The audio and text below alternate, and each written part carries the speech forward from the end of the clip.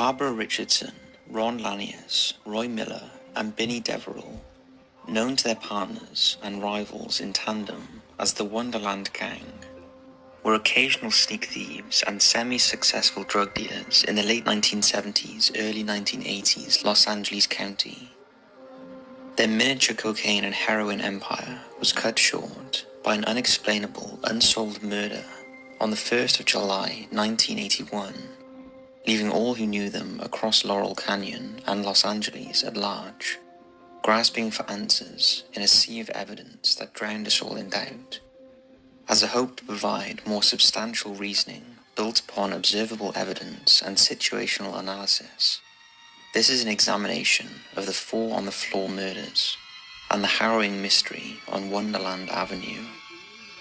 This is Cold Case Detective.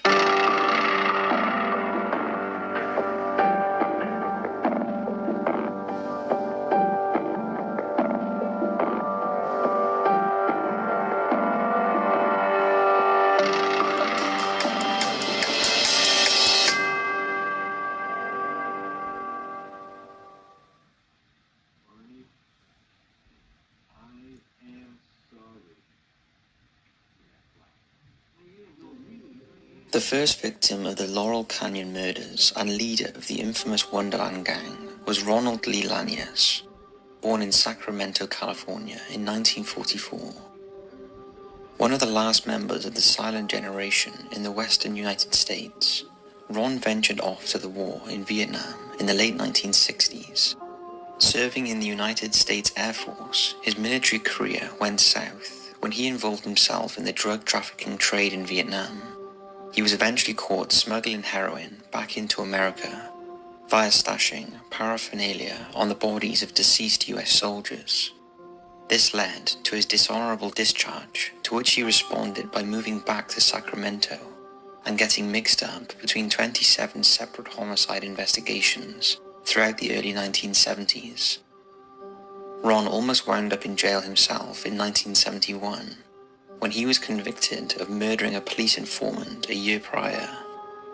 Of course, through a sick sense of irony, the prosecution's key witness was murdered in an unconnected police shootout, and Ron avoided a life sentence, somewhat unluckily. Over the next few years, Ron found himself in and out of prison for smaller crimes, such as smuggling more drugs across the US-Mexican border. Without a doubt, though, he was planted into the consciousness of the law enforcement at large. Some police claim he was the coldest, most calculated person they ever met. Others wondered if a trash can would replace his coffin after death. Regardless of how authorities felt about him, they, nor any of his associates, could deny Ron's unparalleled calm demeanor. Fellow Wonderland Gang member David Lind once said his pulse never went above 70 beats per minute, even with a gun at his temple. And despite all of the infamy, darkness, and legendary misconduct, Ron still married before his murder, marrying Susan Murphy, the only surviving gang member at the scene of the Laurel Canyon murders, on April 16, 1971. The second victim was Valentine's Day baby William Raymond Billy Deverell, born on February the 14th, 1937, the right-hand man to Ron and second in command of the Wonderland Gang. Billy was raised in a modest world until the seduction of the drug world drew him into an inescapable addiction of the easy money from drug dealing.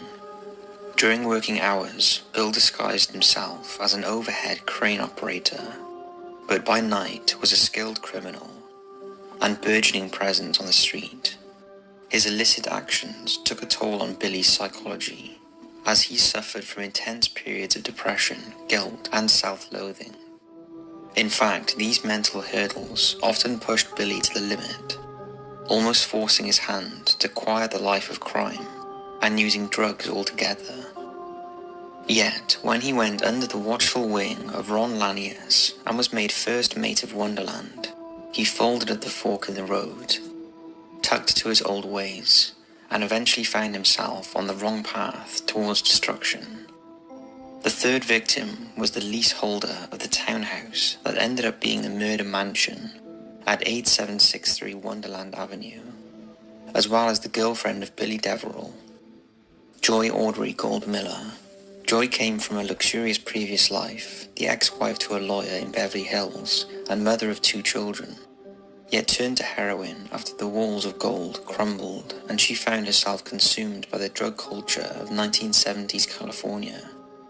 It was through these efforts that Joy met the Wonderland Gang and joined their collective, getting arrested 7 times throughout the preceding years, despite contracting breast cancer.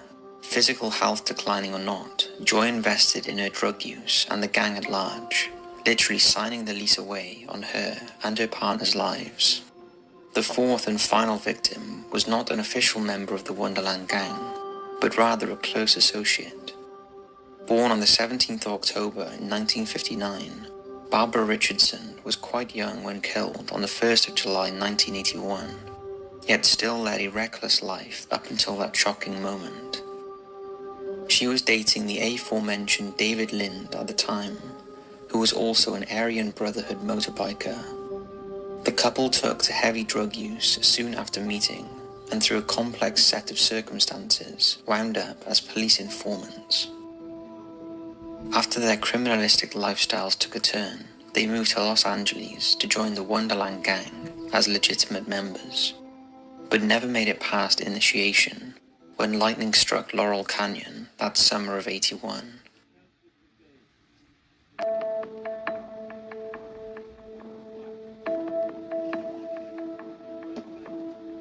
In the later years of the 1970s, 5 unlikely criminals band together in Laurel Canyon, Los Angeles, California.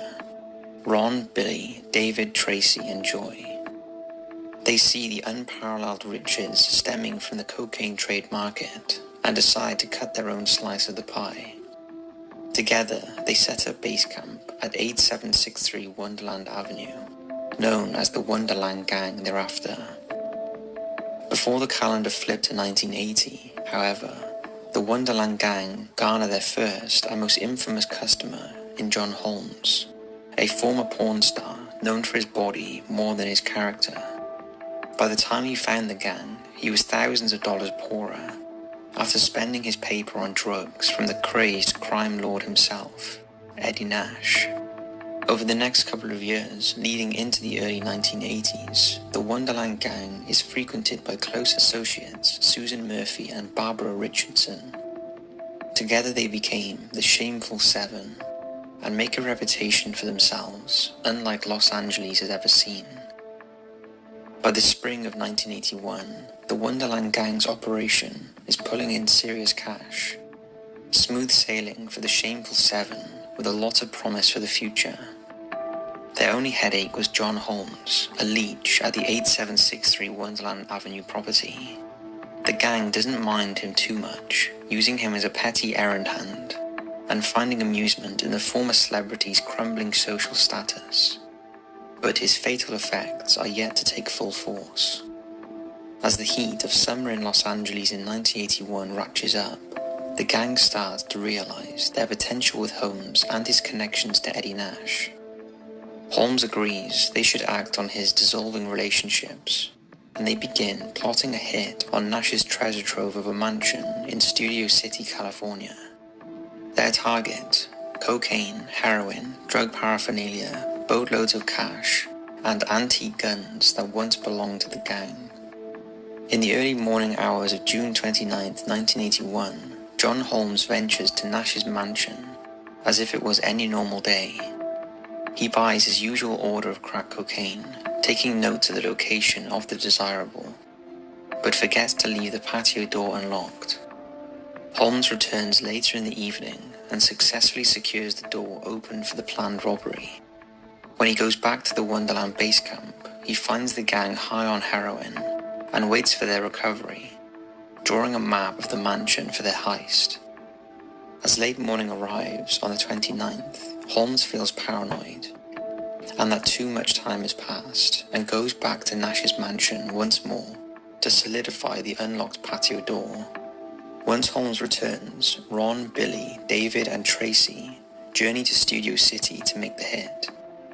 Tracy McCord stays put in the stolen Ford Granada as lookout man, while the other three enter the unlocked doors, claiming to be the authorities. Nash's 300-pound bodyguard, Gregory Dials, is first to approach the Wonderland trio, but is quickly overtaken and handcuffed. In the scuffle to detain Dials, one of the men's handguns misfires and hits Dials in the back. The noise of the gunshot wakes Eddie Nash from another room, and he enters to find his muscle man handcuffed and his valuables under siege. It's not long before Nash realizes the severity of the situation and begs for mercy. He drops to his knees, pleads to be spared, and opens the safe containing most of the goods. The crew acts fast, hauling away their treasure and escape Studio City with what would later be valued at $1 million worth of drugs, weapons, and cash. In the afternoon of June 29, 1981, the Wonderland gang returns to 8763 to divide their haul amongst the members. However, they give lesser shares to Holmes and McCord, lowballing their efforts and infuriating the two men. Nevertheless, Holmes takes some of the stolen jewelry and goes about his day. Over the next 24 hours, Eddie Nash swears his revenge on those who humiliated him and his personal legacy. He sends his goons out into the city of Los Angeles, looking for possible suspects. One of his right-hand men spots Holmes strolling through Hollywood, wearing a notable ring that belongs to Nash. The news spreads faster than fire, and Nash brings Holmes back to his estate for questioning.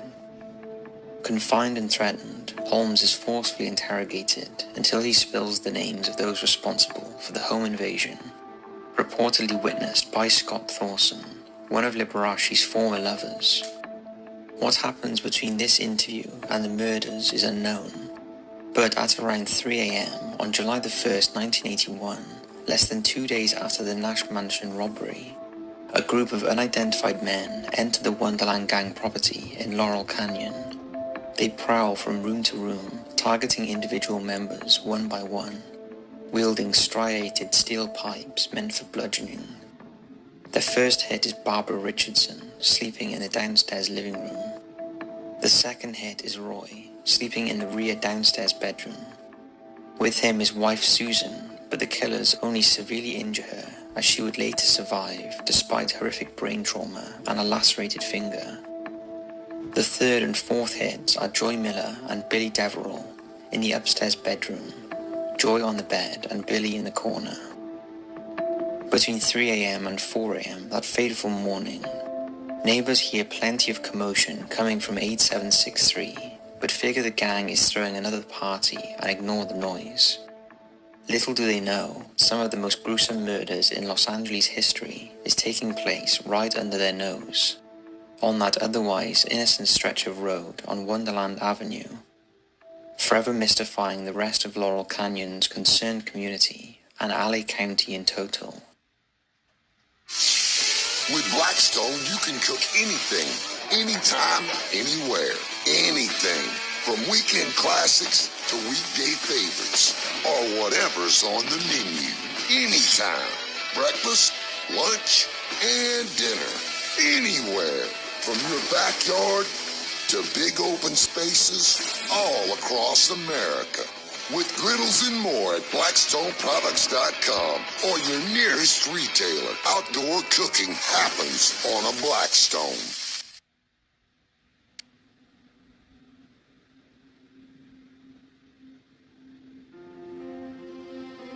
When dissecting the entire scene of the crime and the violent nature of the murders, it's quite a shock that no viable evidence was retrieved from 8763 Wonderland Avenue in the forensic analysis, except for a handprint belonging to John Holmes on the headboard of a bed. Because Holmes was a frequent guest of the gang, it couldn't directly link him to the murders.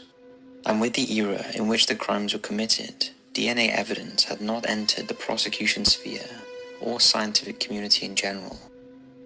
Thus, without physical or biological clues, investigators were scrambling for answers early on.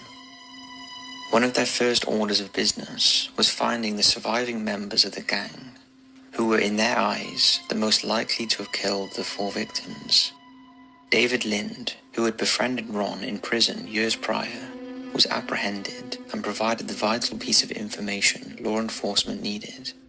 Claiming to have been in a hotel room with a prostitute in the San Fernando Valley on the night of July the 1st, David Lind explained he wasn't anywhere close to Laurel Canyon, instead dealing drugs in a small, covert, unconnected deal. This led to a more official interrogation by authorities, where they were able to coax more confessions from him. Lind eventually revealed the dead Wonderlanders had carried out a massive theft at Eddie Nash's mansion 48 hours before their demise with the help of John Holmes. While it didn't inform anyone's involvement in the murders, the police finally had a direction to take their investigation. It linked John Holmes to a multitude of crimes, and anything involving the short-tempered, frantic Eddie Nash had to be considered as something sinister. Without a doubt, had Lind not been in the valley on July the 1st, and instead was just another victim of the Wonderland murders, his testimony wouldn't have given the proper lead to Nash, Holmes, the robbery, and ultimately one of the most obvious arrests and shocking acquittals in the history of true crime murder mysteries.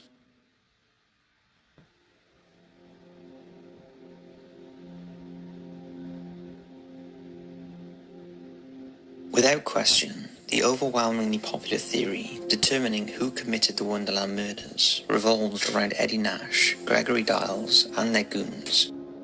It doesn't take much common sense to connect the dots between robbing an unstable crime boss and the likelihood of revenge.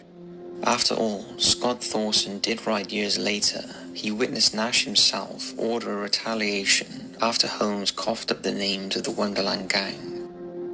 Not only that, but Los Angeles detectives Tom Lange and Robert Souza found over $1 million worth of cocaine in Nash's possession a week after the killings, along with specific artifacts that were rumored to have belonged to the Wonderland Avenue residents. Despite these discoveries, however, the LAPD first arrested John Holmes for the Laurel Canyon murders, charging him, and him alone, without any other suspects, in March of 1982. This arrest sprouted from the discovery of a single handprint belonging to Holmes on the headboard from one of the Wonderland's bed frames. Surprisingly, the prosecution argued Holmes actually wasn't a lone wolf, that he was an accomplice in the murders, acting as a gatekeeper to the Wonderland building and let the hitmen enter without notice. After a much scrutinized trial, Holmes was acquitted on June 26, 1982, for each count of murder. Some pertain the acquittal to the success of Holmes's two court-appointed lawyers, who argued Holmes was a victim, threatened and scared into helping the true masterminds without much of a choice. The self-defense proposition swayed enough jurors to forego the circumstantial evidence, along with the fact that Holmes did not cooperate with police, law enforcement, or testify in court at all, for which he would later spend 110 days in jail for. Even Holmes's wife, Sharon Holmes, admitted she was suspicious of him as well.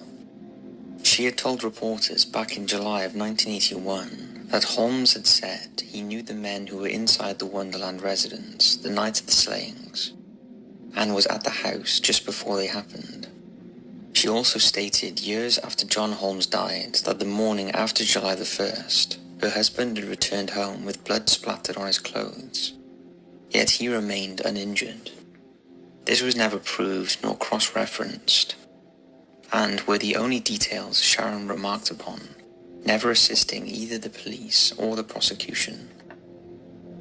Unfortunately, John Holmes passed away in March of 1988 due to complications from AIDS, taking with him the truth he had regarding his involvement in both the Nash Mansion robbery and the subsequent murders. Holmes wasn't the only suspect to ever find himself in front of a judge and jury, though. In 1990, 9 years after the Wonderland incident, police were still stepping on the tail of Eddie Nash. They charged him with the conspiracy and planning of the murders of Barbara Richardson, Ron Lanius, Roy Miller, and Billy Deverell, with his bodyguard Gregory Diles charged as a participant. The prosecution included Scott Thorson as a witness to testify against Nash and Dials, and seemed to have the two gangsters in a corner.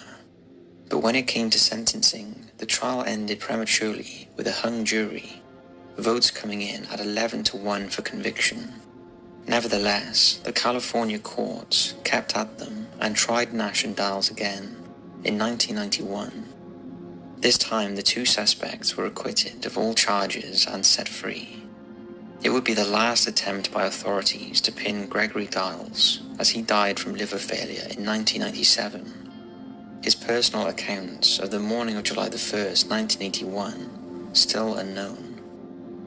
In 1996, both local and federal authorities joined together and held a 4-year investigation into the totality of Eddie Nash's suspected crimes.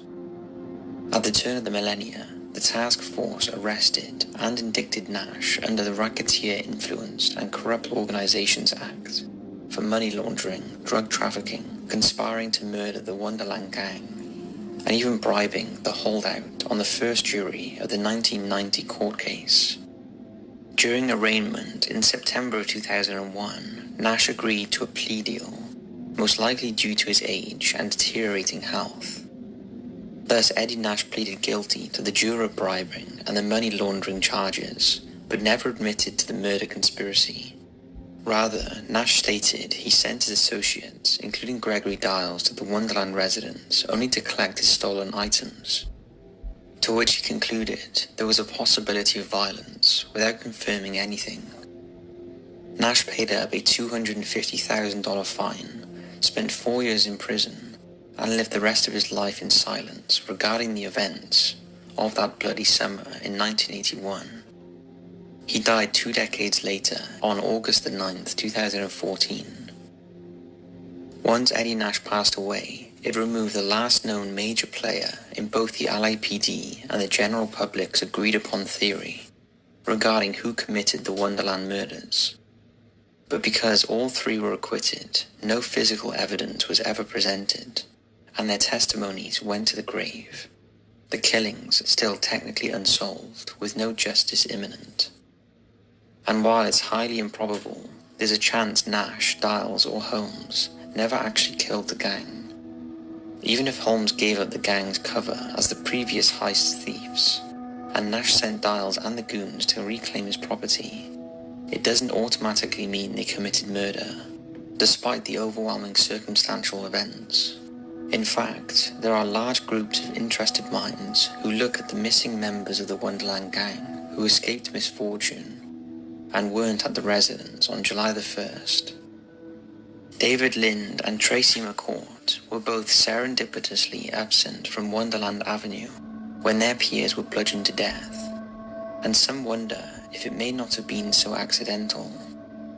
Lind was in fact the person who gave authorities their biggest lead in John Holmes, going as far as to admit the gang had robbed Eddie Nash days prior. Despite Lind's own personal involvement with the heist, he still snitched to the police, seemingly to save his own skin.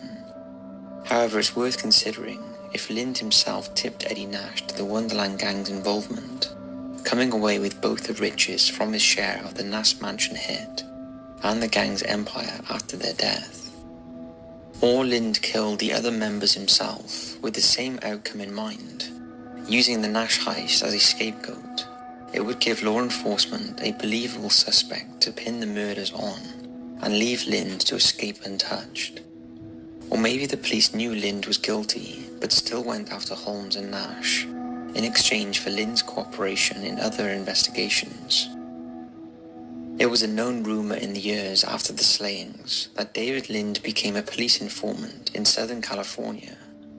Gossip so strong, his position in the criminal underworld became controversial with rival gang members who dismissed his credibility in general. Because confidential informant records are not kept nor discussed publicly, Lind's greatest role in an applicable conspiracy is unknowable, as he passed away from an overdose in November of 1995. Tracy McCourt could have a similar motivation to offing the other Wonderland gang members. He was frequently teased, called Titmouse Tracy by David Lind even, and left out in bigger gang dealings. For the Eddie Nash invasion, McCourt was originally supposed to be part of the robbery, but after his handgun was taken away by Lind, he was given no other choice but to be the lookout driver. Some circles of amateur sleuths believe McCourt was then given less of a share due to his lesser role, and subsequently angered as a result of both the shortchanging and long-term disrespect. Thus, McCourt could have quickly organised a hit against the gang, staying home the night he knew the terrors would come down. Of course, if it were true, he would have failed overall, as his biggest transgressor, David Lind, ended up living through the entire ordeal. Yet maybe that could have pushed McCourt away from the Los Angeles life of crime in the end, as he moved to Colorado afterwards, and wound up in and out of prison for assault and trafficking charges. Much like Lind, we'll never know if McCourt indeed had a role in his friend's demise, as he passed away without known cause in October of 2006. I want to open my own fitness studio, but my old bank kept draining my savings with fee after fee. I was over it. That's why I left Chime. I can bank fee-free. No overdraft fees, no monthly fees, and I get access to over 50,000 fee-free ATMs. There's 24/7 live support, plus signing up took like 2 minutes. With those fees gone, I can use that money towards building my studio. So, I got everyone I know to join.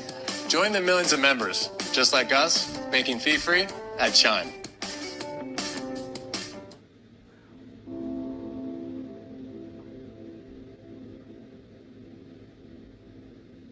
Before we divulge our hypothesis, we want to make known our conclusions presented in Cold Case Detective are purely logical speculation, based on evidence, circumstantial and factual subtext.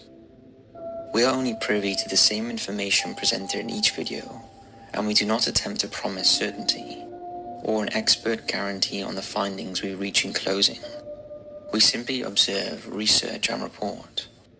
Whether you believe in the far-fetched conspiracies or the nearly clear-cut conclusions to Laurel Canyon murders, one thing is certain: whoever slaughtered the Wonderland gang did so with a vengeance and intent on causing more than harm, but also a suffering demise unlike most people had ever seen. Based on the gruesome crime scene and medical examination post-mortem, it's obvious there was an intent to unleash evil.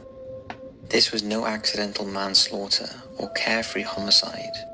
This was revenge served in the coldest of blood. We believe that while Eddie Nash and Gregory Dials were acquitted of direct involvement in the murders, they were certainly responsible when considering all the players connected to the Wonderland gang. They had the most clout, the most resources, and obviously a motive to inflict such brutal gore. However, we also conclude that neither men were likely to have been the actual parties who assaulted and killed each gang member. Rather, they were leaders in a band of unknown cronies who carried out their retaliation. Dials might have had a physical role in the shakedown, but considering he had been shot in the back less than 48 hours prior, he was probably just a motivator. John Holmes, on the other hand, was in all likelihood complicit in allowing access to the Wonderland resident, but had no clue to the extent to which Nash and his goons would slaughter the gang. Was he at the house the night of the murders? Nearly doubtless. Was he using one of the pipes? Probably not. And the biggest question of all of them, will we ever discover who actually was? To put it bluntly, no. Those secrets went to the grave of all three naysayers in Holmes, Dials and Nash. Their identities will remain silhouettes, the darkest spots on an incredibly dark moment in the history of Los Angeles crime. The identities that will be remembered are those of Barbara Richardson, Ron Lanius, Roy Miller and Billy Deverell, four humans with despicable pasts, yet still undeserving of the cruel, inhumane ending they encountered on the night of July the 1st, 1981. At 8763 Wonderland Avenue, the night blood poured thick in Laurel Canyon, California.